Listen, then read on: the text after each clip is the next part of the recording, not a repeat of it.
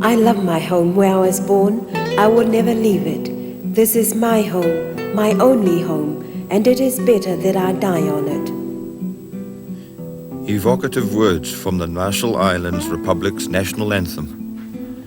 They were sung tearfully by the women of Rongelap Atoll the day before they bade farewell to their ancestral home in the Pacific, a tragic nuclear exodus. The most irradiated humans outside of Hiroshima and Nagasaki, the people of Rongelap were helped by the crew of the peace ship Rainbow Warrior to move to a safer island in May 1985.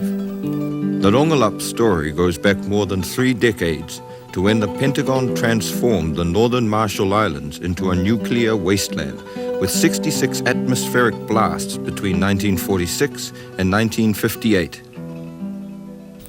The tally included the 15 megaton thermonuclear bomb test, codenamed Bravo, at Bikini Atoll on the 1st of March 1954. It was the largest nuclear explosion ever carried out by the United States. While the Bikinians and the Enewetak Islanders had been evacuated to safe atolls, the Rongelap people were snowed with radioactive fallout and have suffered an agonizing legacy of health problems ever since. Medical reports show that in the 4 years after exposure, miscarriages and stillbirths doubled among Rongelap women. 77% of all Rongelapese under 10 at the time of exposure have developed thyroid tumors which needed surgery. Growth retardation is common among boys and girls, and all those aged under 15 when contaminated face a premature death from cancer. United States authorities have claimed the contamination was because of an accidental shift in the wind direction. But a Defense Nuclear Agency document has revealed officials knew at least 6 hours before the test the wind would carry the fallout onto Rongelap. The islanders were not evacuated until 3 days after the blast. For more than 3 years, the Rongelap people asked the United States government to help them leave the atoll and resettle, but the islanders were ignored.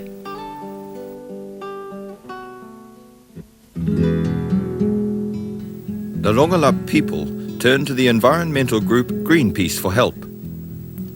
The Rainbow Warrior, on a Pacific peace voyage, left Majuro for Rongelap in early May 1985. It anchored in the lagoon at Rongelap, a contrast to one of the islanders' 5 outrigger canoes on the beach. A boom-boom ferried the crew ashore. Portuguese-born photographer Fernando Pereira was among the first to go. "We love our kids," says the little pennant. Rongelap women prepared to welcome the crew with leis, songs and fresh coconuts. John Anjan, mayor of Rongelap at the time of the Bravo fallout, sits with a nephew. Anjan is now aged 64. 32 years ago, he cradled his 1-year-old son Leikoj in his arms as radioactive particles dusted them from the sky. Apparently healthy until 1968, Leikoj then showed the first signs of thyroid abnormality. By 1972, he had died from myelogenous leukemia, the first radiation-linked death on the atoll. Anjan's parting gesture before leaving Rongelap was to polish the plaque on his son's headstone.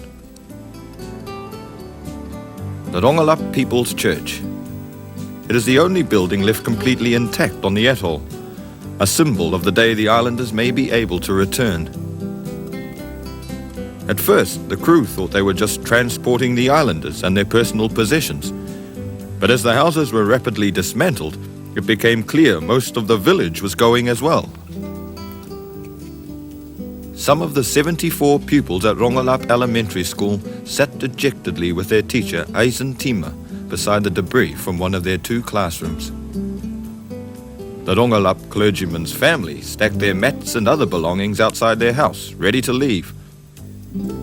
The people began piling their mats and belongings on the beach, ready to load onto the Rainbow Warrior. Senator Anjan, the representative in the Marshall Islands Parliament. Although the islanders decided by consensus to leave Rongelap, the weight of decision-making fell on him. The boom booms were loaded with plywood walls and corrugated aluminium stripped from the houses to ferry out to the Rainbow Warrior. After a day of stacking building materials, generators and other goods, more than 80 islanders went on board with their belongings. Pereira and other crew members helped the islanders board.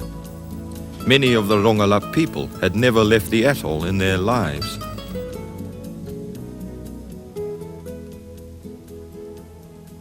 The legacy of Bravo is revealed by this child, one of several deformed children taken on board. Ellen Boaz, who was aged 24 at the time of being contaminated by the fallout. On her throat are scars left from thyroid tumor surgery. Almost 80% of the exposed population have needed similar surgery. Radiation-linked cataracts are also common. Miscarriages, stillbirths, and deformed babies have increased sharply. For easier monitoring by United States scientists, exposed islanders carry a red identity card, while the unexposed control group have green. Twice a year, the islanders are checked and told little about their health.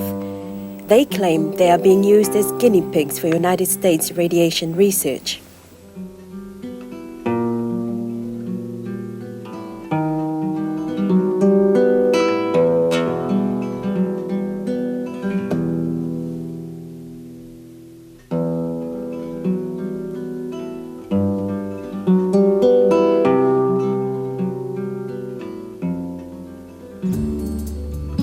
Tightly packed on the foredeck of the Rainbow Warrior, a large makeshift tarpaulin tent was hitched to the mizzen mast on the boat deck to make the 14-hour overnight voyage to Majato Island more comfortable.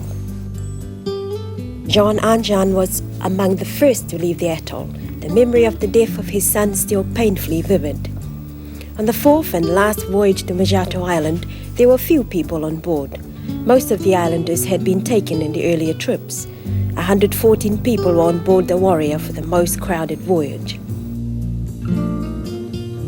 Floating corrugated aluminium roofs ashore at Majato, on the northwestern tip of the vast Kwajalein Atoll. The lagoon of the islet was so shallow that the Warrior had to anchor 3 kilometers offshore. Old skills were revived as new homes were built on the island. Jaban Rekland and other Rongelap islanders began shaping the emerging makeshift village. The water supply was reasonable, but it will take years before the islanders can grow new plantations and become self-supporting again. In the meantime, amid the chaos, dumped United States aid food of white sugar, coffee, tea, canned fruit and tinned fish has filled a gap, although the months late arrival of the government-fueled ship almost forced the islanders to starve. After the exodus, the Rainbow Warrior left the Marshall Islands and made goodwill visits to Kiribati, Vanuatu and New Zealand, where it was warmly welcomed. The Prime Minister of Vanuatu, Father Walter Lini, warned the crew their planned protest voyage to Mururoa was dangerous. On the night of 10th of July 1985, just 3 days after being welcomed to Auckland, the Warrior was sunk by 2 bomb blasts and Pereira was killed. Charles Reira, a representative of the Vanuatu people and an official in the Prime Minister's office, shared a cabin with Pereira, but luckily he was ashore when the ship sank. Navy workers battled to refloat the Warrior by pumping out the seawater and hitching airbags to the hull. The ship was finally moved to the Devonport Naval Base dry dock 6 weeks after the bombing. Police sifted bomb debris on board, looking for evidence.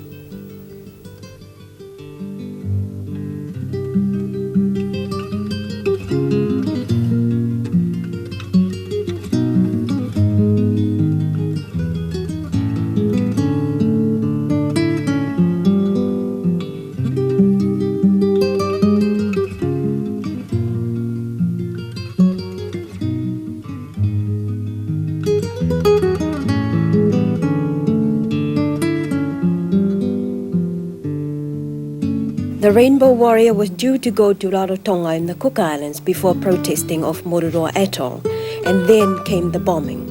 While the United States has created a lingering health legacy from its nuclear testing 3 decades ago, France continues to test in the South Pacific today.